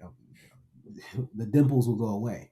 Um, like that's just what it is. And my son, I didn't think it was a community um, that would appreciate his mindset. And when I started at Microsoft and got to look at the education sector and kind of broaden my network a little bit more, I could say I probably my son and daughter. I'm teaching my son right now Power Apps, and so it's a legit an AI. So it's a legit space. And I think that, if you pick an industry, like I said, I'm doing education right now. I think that you'll be well off and be fine. I think it's great. So do you have to go into Redmond often? No, and I would love to, man. I like Seattle. We had a great time up there last time. I thought it was really, really good. Shout out to Kylie Kaiser because funny story about my MVP stuff. Um, it was sitting off there in the ether, and Kylie kind of helped. Kylie kind of cracked the whip and got me going where I need to. So shout out to Kylie. I don't want her to say I forgot her. And Heidi, don't get me beat up. Shout out to Heidi. But yeah, I love Redmond. I would love to go to Redmond. If I could, I would live in Redmond, dude. I would. I love it up there. You would freeze your ass off. You know what? I hate it when you're right, but you're right. I probably would. But I love Redmond when I'm not paying for it. How about that? There you go. Yeah. There you go. So the last time we were in Redmond together, we went to watch some ice hockey. Yeah. Didn't we? Didn't we, Will? Yeah, we did. Yeah. Now there's a quote that when I messaged you and said, "Will, do you want to go to the ice hockey?" Your reply, now this sticks with me every single time I think about going to the ice hockey. Now your reply was, "I'm black. What if the ice melts? You know I can't swim." Oh God. Oh God. So the question I've got, Will, is can you actually swim? Oh my God. Oh my God. Now, I can say this because it was not me who sent that message. That came directly from Will. Now, genuinely, like the ice hockey was fantastic. Like the night before or 2 nights before, we were in watching college, the Sweet 16. They turned it around, and we then went and watched the ice hockey. It was fantastic, though. It was great fun, wasn't it? So first and foremost, let me. So I swim like a fish. Like I grew up in Florida. Like I actually know how to swim. That's and everybody who's in my family and everybody who's outside of family, we all knew how to swim. So it was when I left Florida to hear the stereotype, it blew my mind. Like I was 25 and I was dying laughing because it made no sense to me. Now let me go ahead and cushion this up. If you do play this for others, I just want them to know that you have been. And see, you won't tell people this because that's not you, but you have been a genuine safe space. And when all the stuff that was happening in 2020 was going down, when people would come and say, you don't look like a consultant, I'm not going to be me to say those people's names, but guess what? I got a job. They don't. Yeah, I'm petty. I am beyond petty. So, it's you have been there. And there is not a bigger advocate for our community, and I'll say for the African American community than Mark. So if anybody ever said anything, I would straight up, I would I would that ain't happening. But I did not know I said that, but that does sound like something I said. So because I said that, I know I said that to you before. So I didn't remember I said that to the hockey game. The hockey game was dope though. But I will no longer text you nothing if it's going to be 2 years. Well, 2 years. So So the last time I had you on a podcast, it was actually when we were talking about the Black Speakers support group, where Yeah, yeah, man. yourself, Trisha, Yeah, and man. we're bringing people in to try and encourage people of Man.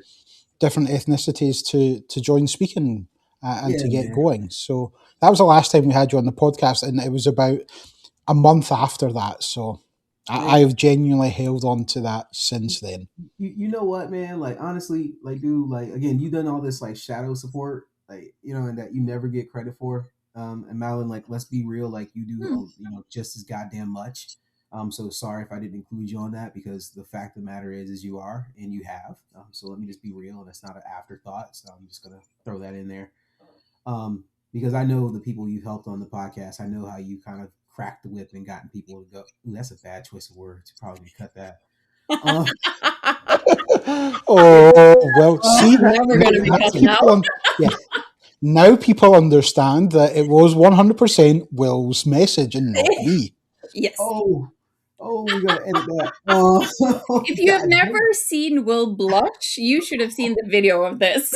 Oh, but you have supported everyone. Like real talk, you have, man. Like honestly, man, y'all do so much, and it's like our community, man. We like there were so many negative thoughts behind like getting it stuff together. Like, and as a black man, like it worked in networking. Like I get it, right? But like this is the only community where I saw someone say, "Hey, we gotta do something or make a change about it." You're not ever gonna see that shit in like the network engineering or even regular developer community. You won't ever see that shit in Salesforce like community. You ain't gonna see it in Oracle's community. That's one of the reasons why I say our community, our biz apps community and this Microsoft ecosystem is so friggin' dope. And it's not about one race. It's about everybody being involved, and that's what blew my mind. It's not an ad. It's not an advertisement. There are like real people in there.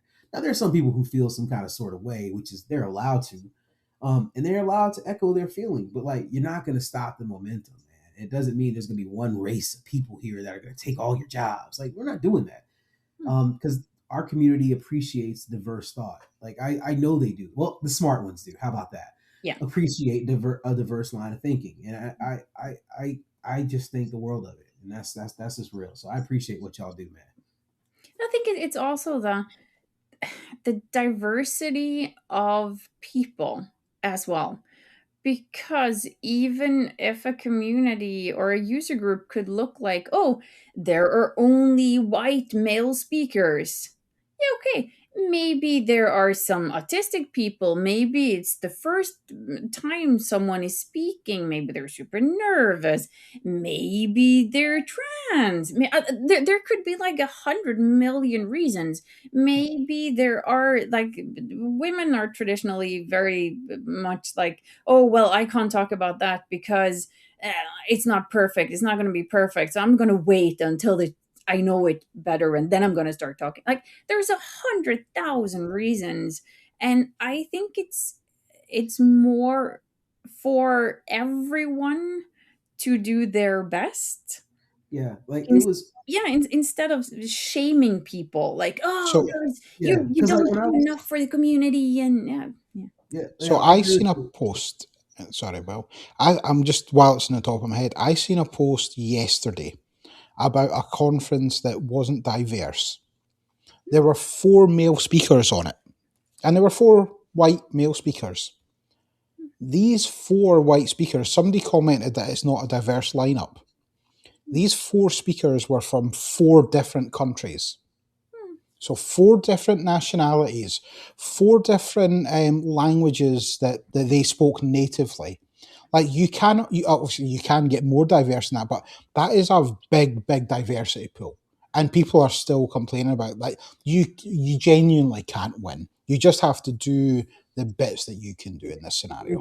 It got. I'm gonna probably step in it. Oh, like God, don't get me in Do trouble. it, do it, do it. So, like, here's the deal: the word, the origins of the diversity and diversifying, right? Like, initially what it started with was, initially, it had its roots within race and gender, and so, if I, specifically what really kind of moved the needle in the right direction was it was about race. Like, so, like, I'm just gonna keep it real. then as time changes, so do words and so do their meanings. Like, so I'm not, we're not going to pretend like that doesn't change or the word doesn't. But I think like you can't say like I would be uncomfortable if it was, you're the token brother. Like you're Mm, not. That's where that to me, like I come in a room and I know I'm a step in it, but like you can ask any black person, like if you go in a room and you're the only black person and you know you're the only one and you're one of the ones speaking, like that's awkward to me. Like I'm like, and they're like, we got diversity going, and I'm like, hey man, like, because then someone goes, you took that man's spot, and I'm like, dude, I just wanted to come here for the free lunch, yeah. like that's literally what it feels like. And then you get, you got people who want diversity for women, and that's not a bad thing either. But I mean, I don't want to be selected because I'm a woman. right, I but want to be just selected because I'm good.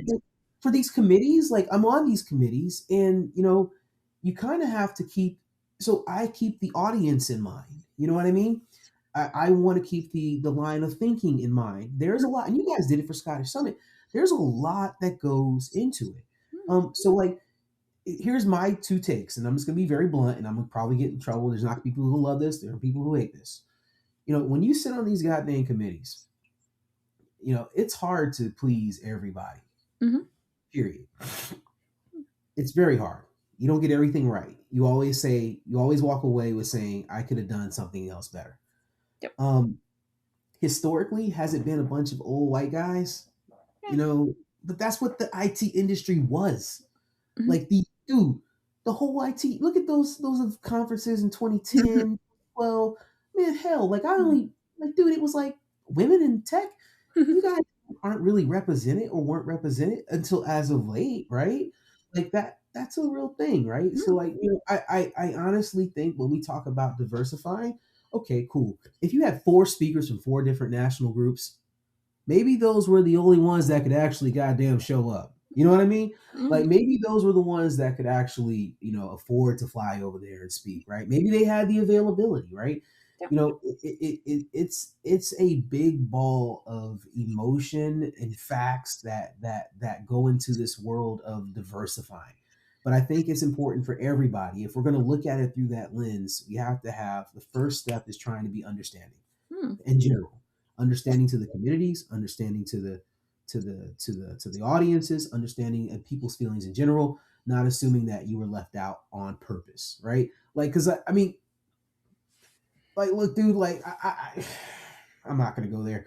Like, there's been some conferences where it's like, yo, man, it's very very vanilla, Hmm. very very vanilla, right? But then I look at statistically, let's just go ahead and be real with it.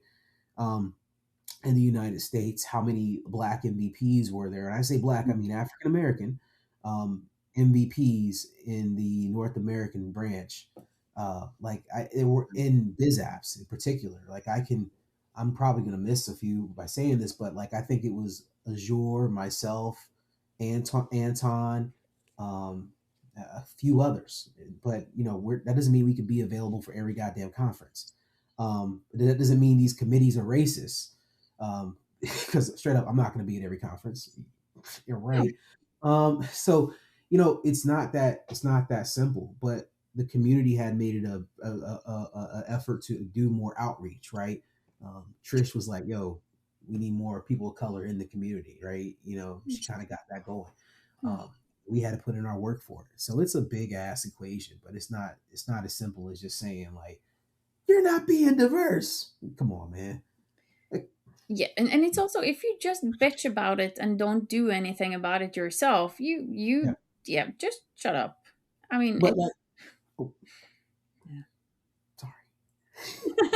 I mean, I think we all get passionate about this because it's just Yeah, it's just something that is it's so frustrating because you can't force people to talk or well some people force people to talk but that's yeah yeah, we could be more outreaching and try to force more people to talk but it's again, the best people should talk, not because they're female or of color or anything. Like for Scottish Summit selection, it is done anonymously. Like you only read the description. That's it. That Man, we selects got the best people, not man, all right. everyone. Yeah. I'm gonna get in trouble for this, man. I love that y'all do this, but like we had, and I'm not gonna say the conference. I'm not gonna say any of that, so I can't get in trouble. Just do it. Hell no, man, because I Do ain't trying it. to Do get, I it. ain't trying to get in trouble. Do you want to go back and speak at it again? I would. Real talk. I really would, man. I did 1 year. I did 1 year, but it was like a training thing, man. But it was like it was such bullshit because they're like, this is anonymous, right? But then like they're putting the people are putting their goddamn names in the title, right? And then you go on it and you're like, what the hell is this, right? And then you're like, oh yeah, that's right. You have to sell tickets, right? So like you're like, okay, I get it to some extent, but then you're like, real talk, you're like, those people, like now that you work in it, and I'm not afraid to say it, like it's level 100 bullshit. Mhm. If I'm paying $2,500, like I'm gonna keep it real. If I'm paying $2,500 to go to this goddamn conference, give me something other than level 100 bullshit. Like, give me something that I need to walk away with that's like, oh my God, this changed the entire way I worked. That's a lot of goddamn money. Like, honestly. And you're getting Now, what's on Microsoft Learn. That's not enough, man. That's not enough. We're not doing enough to make, we have to do more and have to be better. And I look, I took a step back this year. I know because I had some issues, but you won't get level 100 content from Will. You're not getting that at all. So like, if you want to say something online, go ahead. But I really would challenge our community to do better because you can't just do this vanilla point and click stuff, man. It's terrible. there's a lot of people in the community at the moment who have been in the community a long time, should know better, write the worst fucking abstracts for sessions I have ever seen in my life. And it actually shocks me the amount of speaking engagements that these people get, knowing how, I mean, you're talking about level 100. I mean, this isn't even level 20 English we're getting out of these people on some of these session abstracts. I'm like, mind blowing how absolute pish they are, but still being selected because of their names. Yeah. I mean, they busted their ass to make their name. I'm not taking that away from them. And I understand we all have issues in life, but truth be told, like honest to God, there is younger, hotter, more engaging talent. And when I say hotter, I'm talking about more passionate. Thank you, Will. Yeah. Well, you're always hot, Mark. But like, there's a lot of young, engaged talent who would love an opportunity to get out there and speak. So if some of us, I'm gonna call us old dogs, aren't gonna be out there, willing to give real content, then we need to be open to doing sessions with others. Case in point, my man Troy Taylor. All right, Captain Connector. Troy's a good dude. Troy is phenomenal, man. Troy is all time one of my favorite individuals. That the man knows I love him. But Troy straight up for PPC, Troy goes, who wants to present a session with me? Now, you guys know how many connectors Troy has made, right? You guys know how smart the man is. But Troy threw it out there on LinkedIn. Who would want to do a session with me? Like, come on, man. Like, who else is doing it? You guys, we got to do more of that. I know you've done that, Mark. I know you've done that, Malin. But, like, honestly, like, we got to do more of that. And then when we go to things like, I'll pick at the Power Platform Conference, which is huge. We got to do a better job of not just going up there and saying, like, level 100 stuff. We got to have it, but we got to do more. And I'm not just saying this conference. I'm saying conferences in general. We got to do a better job of getting quality content at these conferences. And it starts with us as MVPs or former MVPs and giving these young folks a good shot and opportunity to go out there. Yeah. That's the message. But I also think you need the variety because you need, like, if it's a big conference, you need some of the, not even level 100, but maybe level 50. Like, I'm doing a blog series, which is level 50. Like, what is this thing and how does it work? Like, how can I work with it?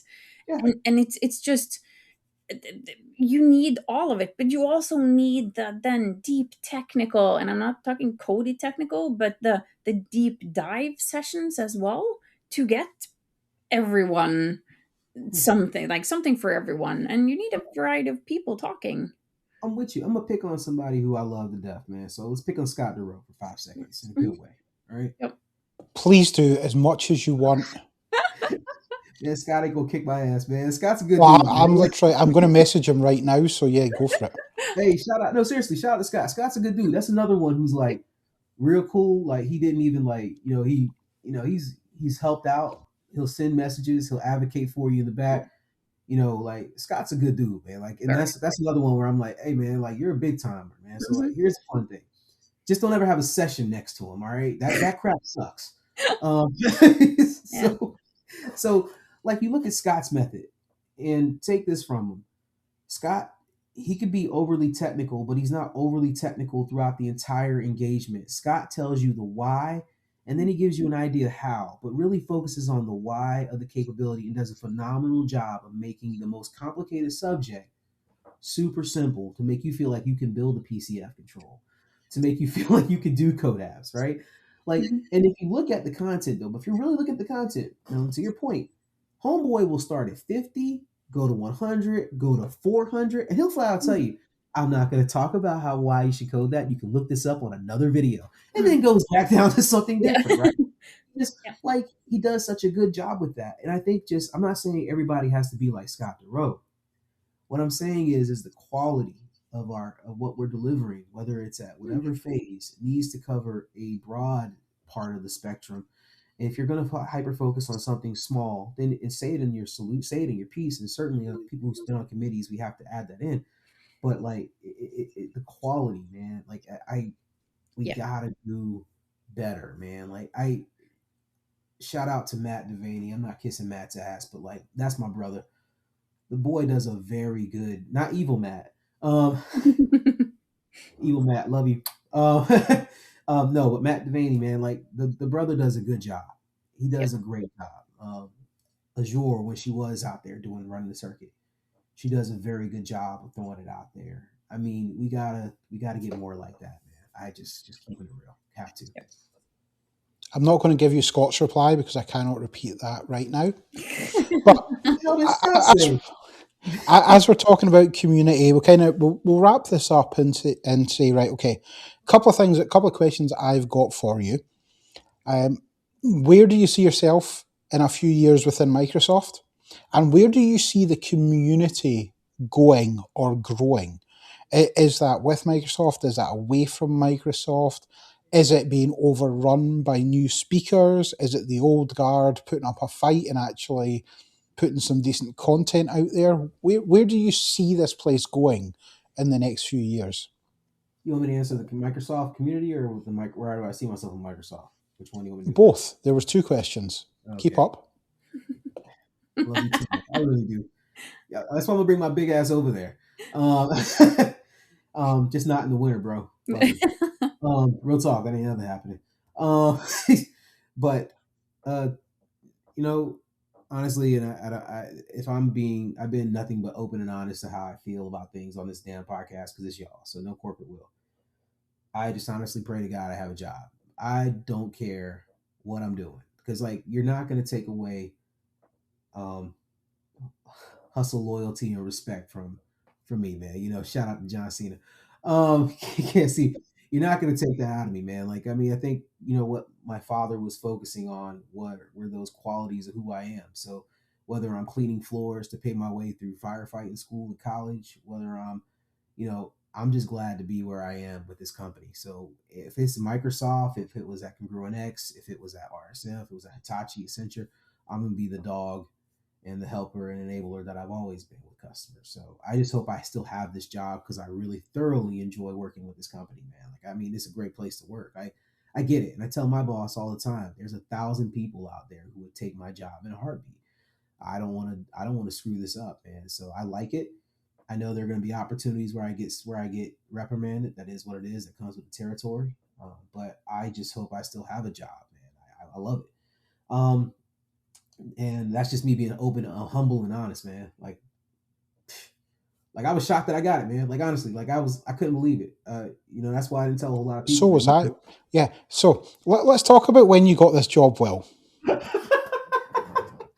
So this whole podcast, Will has talked about how I'm a support. I've been there for him. I help him out. I'm a sounding board.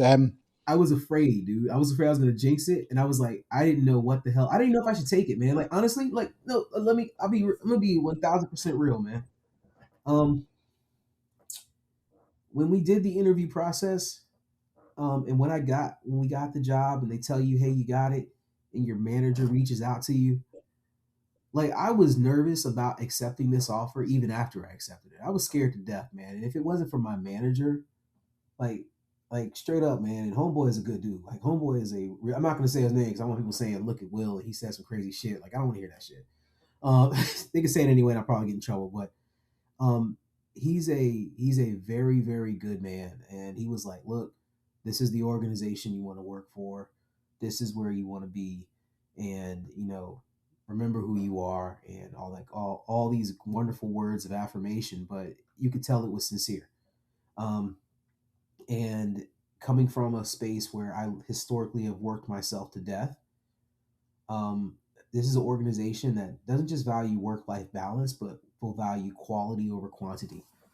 So that was a first time for me being in an organization that really, looked at the quality of my work versus the quantity of hours that I worked, because it was all billable positions and how many sales dollars am I bringing in and just all that crazy. So now that you've finished the ass kissing part of it, Nice. how long were you in the job before you actually told me you had the job? Well, MF, I told you the minute Joker, I told you the minute I said, "All right, I'm down, I'm cool, I accepted it." Like when I after I told my boss, like, and if he hears this, I'm probably in trouble. But like when he called me and he told me like, "You're good, you got it," and I told him, "Dude, I'm scared to death, like a little girl." Like I was like, "I'm scared, man. Like I'm genuinely afraid of this." And I never told another grown man that ever. I was like, "Yo, man, are you sticking with that answer?" Joker, I told you October. I started. Like, no. You told Malin before you told me. Hey, you were gonna get me in trouble with that? Like I told Malin before you told me. Everyone understands that. Because okay, I'm not gonna put out our personal conversations because you know what my space was, right? Like okay, hold on, time out. So here's the deal. Will had 3 months worth of paychecks in his bank, and he's like, "Oh, by the way, I started at Microsoft." And so I thought either Ben was gonna say something or sneak it out, or like also because So let's keep it real. You have told me to do so much more, and you have told me that I'm capable of doing so much more than working for somebody. And so like let's keep that real, like 100. Like let's just be honest with that. And honest to God, I carry that belief with me today. So like if anything ever happens, like I know I can honestly go out there. I'm still scared to death about trying to find leads, and I probably burned all my leads after this podcast. But it is something that I carry with me. So like going to you and saying like, "Yo, homie, I'm going to the mothership," and you're gonna be like, "Dude, you just left 3 jobs. Like, what the hell are you doing?" Like, I know I know that about you. Be like, "Dude, what the hell are you doing? Like, are you sure, man? Like, are you crazy?" So yeah, I told the the more, I'm gonna say it this way in this context because we all know the truth, the more motherly one. In this case, I told the more motherly one, and so like, hey man, real talk, man. Like that's just. I know. I'm just pulling your chain. I'm pulling your chain. Look, man. I do have deep scars from that one. But no, I know that you thought that Ben would have told me like well in advance, but no. Yeah. You must have just assumed that Ben told me. I did because Ben has a big mouth. A big mouth. I'm gonna say that and get in trouble, but like I'm gonna say Ben has a big mouth, man. I'm gonna pay for that, but yeah. But we don't keep like no secrets, but we do keep some secrets. But like between you, Ben, and myself, like I know there are things that y'all I'm comfortable with y'all knowing, man. Like I don't. Yeah. Hey, Will is gonna go to Microsoft was not like this top secret thing for y'all not to know. Like I just knew you. I just did partially though. I'm gonna keep it real. I'll admit this.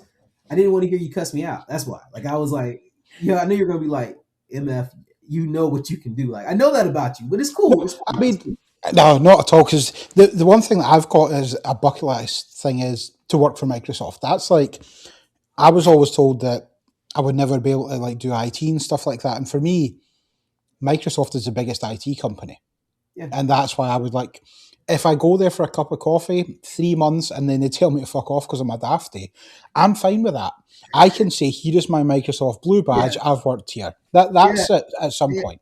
Hey, I'm with you on that, man. Like honestly, like I'm like, hey, look, guess what I did, right? Like I could tell, like I'm petty as hell. Like so, there, don't think for 1 second that there's not a person on my in my class. Like I've forgotten those hey, I'm sorry, those people in my high school class that told me I was stupid or like hey, just because I outdid you on a test that the teacher felt bad for me and like I had better test scores than you. Like don't think for one goddamn second I had forgot about it. I'm not driven by those things, but I remember everything. It's just the curse of being smart. But and I'm not being haughty. I'm just being honest. Like, but like it is. I had a joker tell me like this shit. It still got to me. It did. You're not going to go to a real college. Well, I hope you enjoy being poor your entire life. I mean, there's only so. This is real talk. There's only so much, and I've never told people this. My brother knows about it, and my sister and my father, because like they told me I deal with it. But that's what they said, and they go, "There's only so much being black is going to give you opportunities." Mm. Now, there's a little bit of something about a 17-year-old will. I didn't give a goddamn about my color. Like I didn't care. I didn't care who you were, or what you were. And I looked at that kid and I told him that's the stupidest shit I ever heard in my life. And I got a referral for saying the S word. Ran to the teacher and snitched on me, right? Mm. But don't think for 1 second I don't remember that, right? Or I'm looking forward to running into this guy. I mean, I don't lie, but I probably look to check up on him when I'm tonight. But like, don't think I'm not looking forward to it. Like it's a good feeling to be here and to be humble enough to be accepted into it, Mark. But real talk, who we are is who we are, and I I just I I just think there's so much more in life that we all gonna do. Like this is a great company, it's a great place to be, but I think it's the value is gonna be what we leave with our kids and what we do in the community. I'm just being honest. So where is the community going then? Is the last question to ask. All right, man, I'm not gonna be the get off my lawn. Back in our day, kids, we Mark used takes care of that, so it's okay. yeah, yeah, He's yeah, got right, grumpy old man. yeah, yeah. Handsome, grumpy old man. Yeah. uh, so no, like I, honestly, I am over. I'll be honest. Like the last 3 4 years, man, I got tired of shouting about diversity. I watched how it got hijacked. I watched how, and I mean hijacked in a negative way. I get tired of how like the politics in the states have ruined expressions like DEI. Like they made it like it's the worst thing on the planet. I am genuinely exhausted. But here's the deal: we have no other choice but to get better. Like the quality, like the Gen Zers, when we start giving them a shot. Like I know there's a bunch of YouTuber MVPs out there now. I'm not picking at them, but like I know we've talked about that. But like there are some scary non MVP quality people that are in our community that if we support them, like I genuinely feel like this community is going to be in a better spot. The people in our age bracket that are just getting drunk and doing stupid crap and getting in trouble, like that's always going to be there. That's a terrible representation.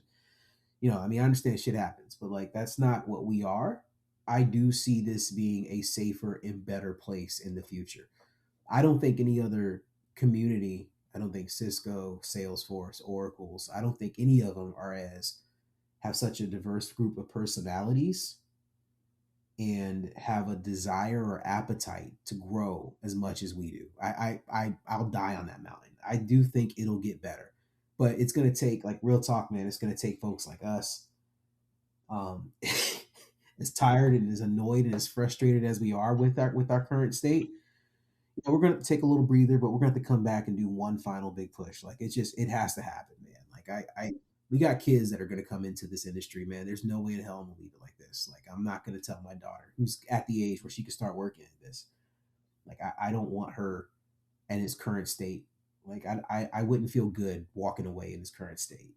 Maybe 5 6 7 years from now, absolutely. But I do think she can work in it, but I would have a heavy influence on that. I know that sounds terrible. And my son and my daughter. So we got to put it in a better place. I do think it'll grow. I think it'll grow with Microsoft.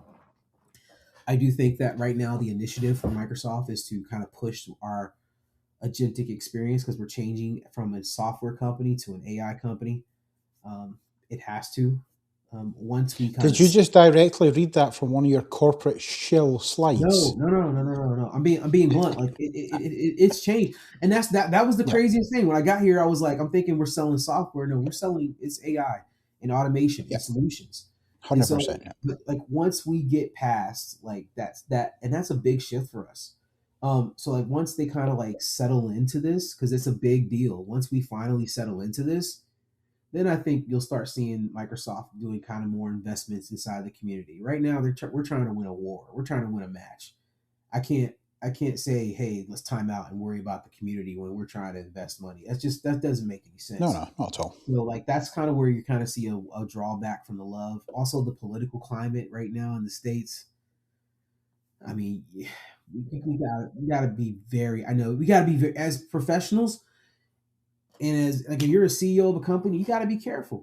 You have to be careful because this is what we decided to. This is how we're living. So you got to be careful.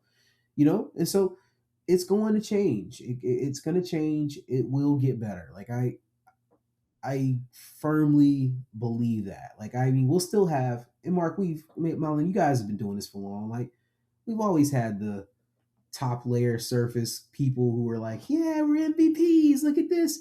And then beneath that, we've had quality, hardcore rock stars that have held this Yep. community up, right? Like, You, let's keep it real.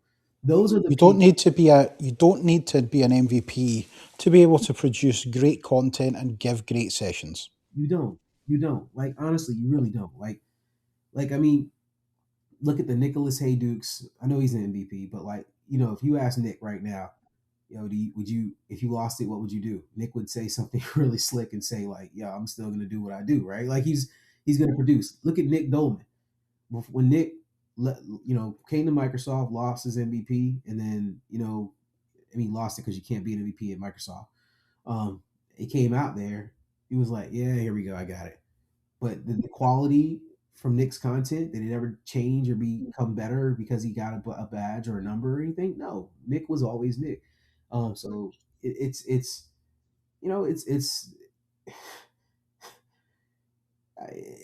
just what we're gonna have to do. So I'm sorry, guys, we're not gonna retire in the next 5 years. We got shit to do if we're gonna make it better. That's just my little humble thing.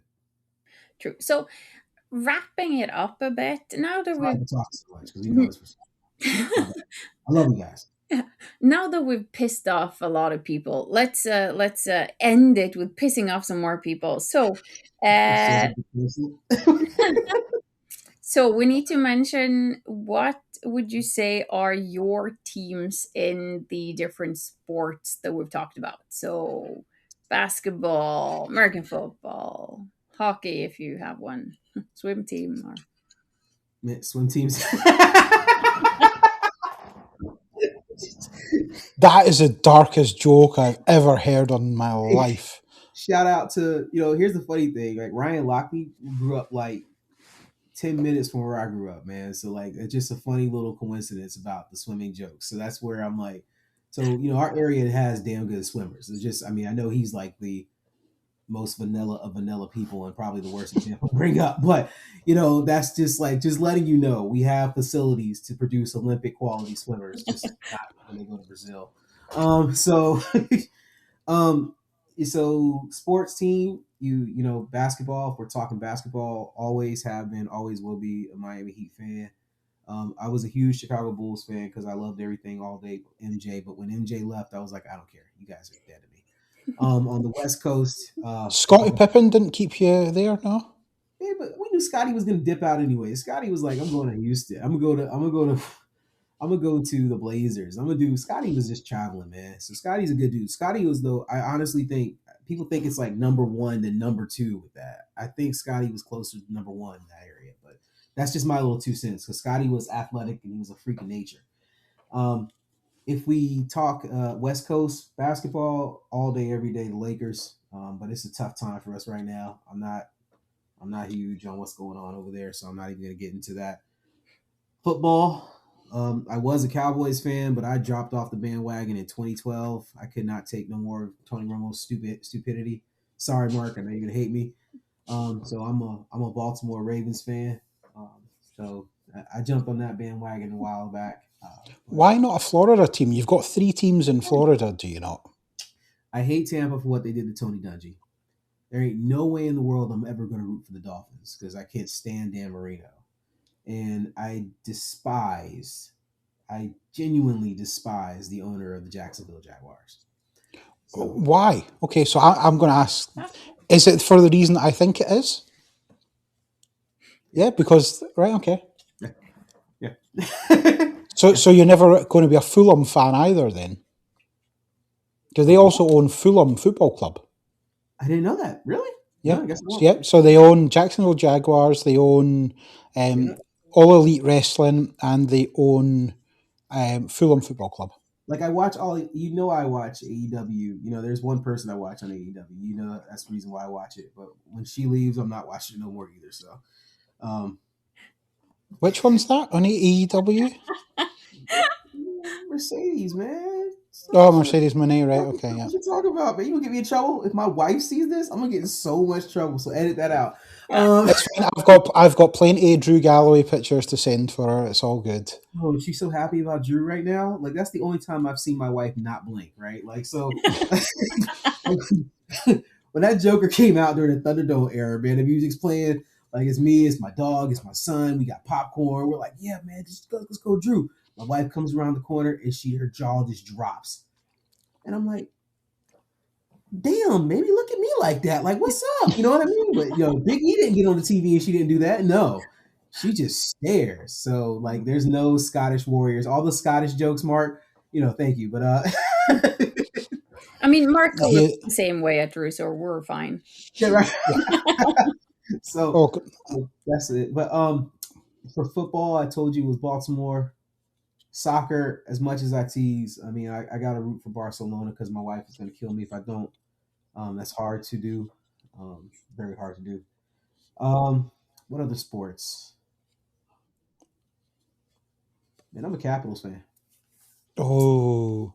Capitals Not a Kraken? We didn't tempt you with the Kraken, no? No, man, because I was in DC, man. Like, you know what? That's the funny thing. Like, I'm a Nats fan. I'm a Capitals fan. Like, because, like, honestly, DC is such a great sports town. Like, I will never root for the Commanders because of my ties to the Cowboys, and plus, like, I think Commanders fans are the worst fans on the planet. But when it comes to sports, man, their baseball teams and their hockey teams, man, it was such a genuinely fun time. I mean, I know that's like the most vanilla thing on the planet to say, but like if you haven't been to like opening day or been to a spring game like in Washington after being cooped up in the cold, it's a life-changing experience, man. It's great. It's great. It's a weird thing because I'm used to supporting my local team. So like I'm from Perth, so I would support the team in Perth. So I've always wondered because like American people based in America seem to either just support randoms, like yeah. So it confuses me, but I get it. I'll explain what happened with Orlando. So I was a Miami Heat fan, Orlando Magic fan because they were Florida teams, right? And I loved Orlando, right? Especially when we drafted Shaq. I was huge, man. Like I remember crying the night we traded Chris Webber for, during the draft night for Penny Hardaway. I was like, who is this skinny kid, daddy? Like I was crying. I remember you can't trade for C Web, and I thought it was the greatest thing. I went to the games. I saw MJ play. I was huge. I had we had some. I think one year we went in with a group of friends for season tickets. Like huge Magic fan. Then they traded Shaq. Like the way they traded Shaq, I was pissed. I was like, that's the stupidest thing I've ever seen in my life. We get rid of Penny, and I'm like, we're never going to see the finals again. Then we get T Mac.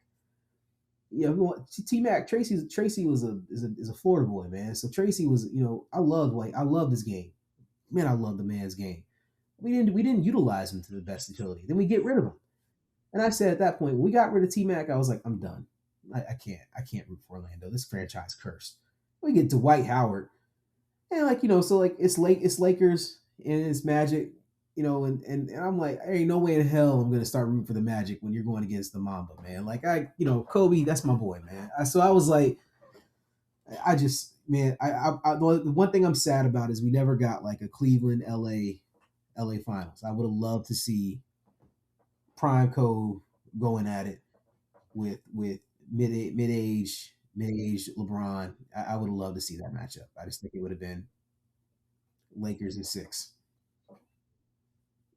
So. No, I mean the basketball. I've seen the Knicks at MSG. That was an interesting one. I don't really have an American team that I follow in basketball. I mean, we tried to go down all the Seattle teams, but obviously the Sonics aren't there anymore. I do have a Seattle Storm, the WNBA top, kicking downstairs, Really? which is quite cool. Yeah. He's got all the top for all the teams everywhere in the world. Yeah, but you picked an American football team this year, didn't you? I did indeed. I had to go with the Vikings. Yeah, never seen a Super Bowl. That's all good. You're never gonna ever see this. So like Dante Culpepper, he was from our area. He played at UCF here. So I rooted for the Vikings one year, a couple years, and my dad told me a long time ago they're cursed, man. You're never going to see it, and I'll be damned if that man wasn't right. They're a great franchise, and the great people of Minnesota, man. They're great. I mean, they're Vikings, which is Norwegian. Half the population of Minnesota are probably from Norway, and their team color is purple, which is the same color as my company. So it was kind of like, yeah, I should. I did see almost all season before picking a team. So it's like I just knew it wasn't gonna be the Cowboys because that's Mark's team and fuck them, and it wasn't gonna be any of the Florida teams because you got the beard. So it was kind of like, well, maybe Seattle, probably Seattle, but then Vikings, yeah. We're weird. I'm weird. No, really? Yeah. I'm weird. I mean, oh yeah. Outside of America, Florida is like the weird. Like America's weird, but Florida is weird. Oh my God! Have you? Wait, you've been down here? You've been to Florida? So no, I've not. No, we're not. We're staying well away from that place. Can we fix this some way, somehow, when the political climate's changed? Maybe in 3 years, yes, potentially. Yeah, I know, man. I know. Like, here's the deal. President, we're gonna come visit Ben. He doesn't really know that yet, but we'll visit Ben, and yeah. That's not Florida. Like that's more or less like Georgia. That's Florida. Yeah. That's that. There's parts to that. You can splice it either way, but like Florida. It's I say before people have messed it up. It had the Caribbean influence. The middle of the state was a deep Southern influence, like Rosewood. That was here in Florida. Like some people say Florida's not the South. I'm like, you don't know history. You're an idiot. We consider ourselves Southern. We are Southerners. We're just different. You know where you sit with us. Very fucking different. But we're not. No, but I think we're honestly the most. I think, and I'll stand by this. I think we're honestly the most transparent Southerners you'll get. We don't do oh bless your heart. We just say you're a friggin' idiot. Like we'll you know what you are. We'll laugh at you. You know where you stand. And so like I think that's from that perspective. I think we're more chill. And I say chill, I mean like we'll let it roll off our back. But again, that's just how I feel. I think a lot of this thing politicized our state and people have just ruined it because they're idiots. But I would love to, like when things change, I would love to show you the real, like, hey, here's Florida. Here's what it really is about. It's super chill. You got fun times with your family, a lot of good food, and a crap load of tourists that just annoy the hell out of you. Go home. Anyway. So wrapping it up then, where can people find you online if they want to abuse you anymore? Never, because like now I'm gonna get in trouble, right? Like I yeah, 100%. If you want to find me, I'm at LinkedIn. I think that's probably the easiest way to find me. Just at LinkedIn. They go on Google and at LinkedIn and your name pops up. Well, what was your name on LinkedIn for people? Oh, you have to read the podcast notes in order to get that. So no, it's at Will McLendon. So William McLendon. So use my full name. William McLendon, the first, second, third, or fourth? No, I didn't put my name in there. I didn't put. I No. have not. This is the first time I publicly acknowledged that I had a surname. So like I will not. Is that am I saying it right, or is it called surname? I'm sorry, it's the most American thing ever. Is it okay? Are you guys? Is it surname or no? Am I saying it right? Like, what the hell is that last thing at the end of it? Surname? Okay, cool. Or last name, if you ask Microsoft Dataverse. Right? Like, I just know it was a pain in the ass to actually have to write that out in kindergarten. Like, you have no idea how hard it is to spell William McLendon and then put a fourth at the end of it. And I would put the 4 and a TH, and then I get yelled at. Like, Miss Buford is dead and gone, but she was like, Miss Buford was like, baby, that's not your name. Like, that's how she was saying it. And I'm like, I don't care. Like, who gives a shit? So, like, my nickname, like, it's because of that. My nickname was Billy. Like, so you'll hear people call me Billy if, like, that means they know me since I was way beyond, like, young. Like, it's just what it was, man. So we search for Will McLendon on LinkedIn. Is that the only place you want to be found? Yeah, because I haven't spun up everything. I got to renew the thing with business rules. But, like, yeah, Will McLendon on LinkedIn will work. Awesome. Well, is there anyone you would recommend we speak to on the podcast and upcoming episodes? Hey, man, you know what? Straight up, man, like, honestly, I've been disconnected for the last 6 months from the European side of the community. So if I forget anybody on the UK, on the European side, I am so sorry. My bad. I will do a lot better. But spice it up a little bit, man. Like some new people. You people, no. Grab some, like, talk to M, talk to Duke. I would say there's a whole rack of people. Talk to Azure. They don't have to be MVPs. They can be ex MVPs. I honestly think we should do, like, bluntly do a panel, man. Like, not the stupid dumb questions, but, like, kind of like a, I've been talking for 2 hours like a dumbass, but, like, kind of like a, no, that's cool. We will reach out. I say we're looking for you. You don't have to be an MVP. You don't have to be a Microsoft employee. It's being able to shine the light on everyone and anyone. Yeah. So kind of that's show good. The weird and quirky part of the community. Get all the weirdos on the podcast, and we started with the best one. So yeah.